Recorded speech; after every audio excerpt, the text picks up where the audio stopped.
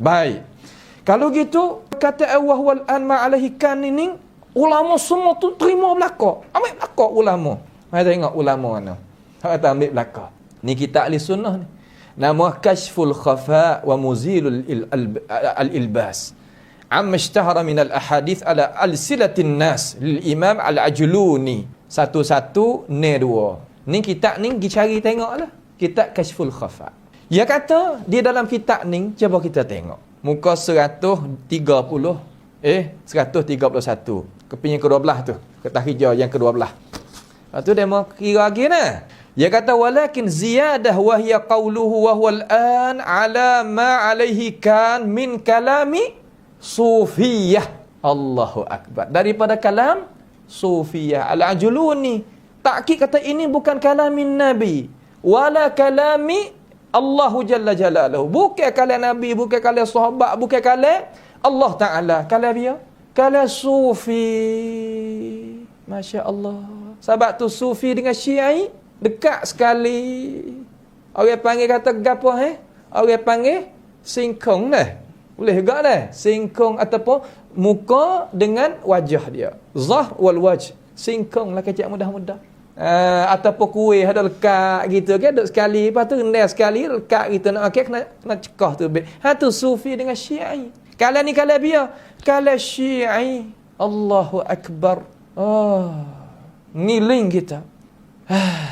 Qala wa yushbihu ayyakuna min muftarayatil wujuh al-wujudiyah al-qailina bil ainiyah. Kalau ni lebih kurang daripada pendusta sufiyah wahdatul wujud, nak kata Tuhan tu aku tu Tuhan.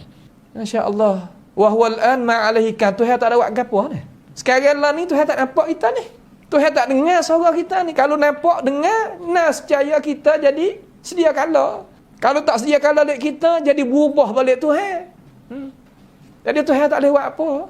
Sebab tu duk takwil ni. Qal wa qad nassa Ibn Taimiyah kal Hafiz Ibn Hajar.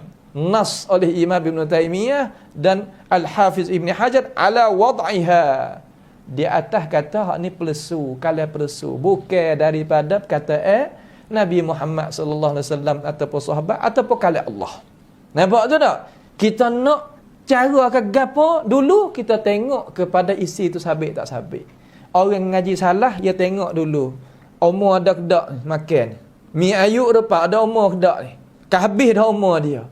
Kamar dia tanya pula halal dan haram. Puak ni kedak makan dulu lepas tu kau tanya. Nampak tak makan dulu lepas tu kau tanya. Baik.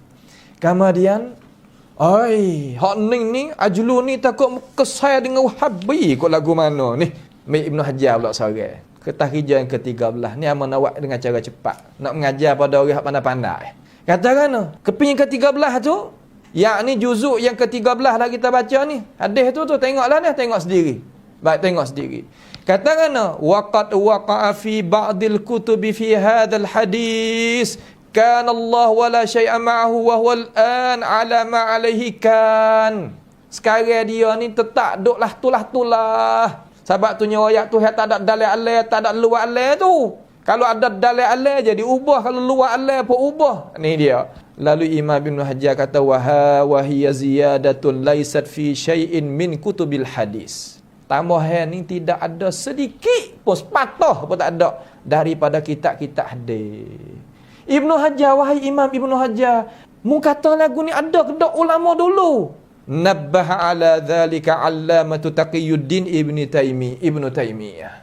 Ibn Taimiyah pun kecil sepaku juga. Kalau gitu Ibn Taimiyah di sisi Ibn Hajar, alamah reti pandai. Hak kata tak pandai, hak jahil. Nak turut Ibn Hajar kan nak turut hak tak reti ni. Wa huwa musallamun fi qawlih. Kita boleh pakai, kita harap hati dengan perkataan pendapat Ibn Taimiyah kata wa huwal an ila akhirih. Ni bukan hadis Nabi Muhammad sallallahu alaihi wasallam. Ambil mana ambil daripada Syiah. Tu akidah ahli kalam tu. Hak nak bawa sangat tu. Subhanallah.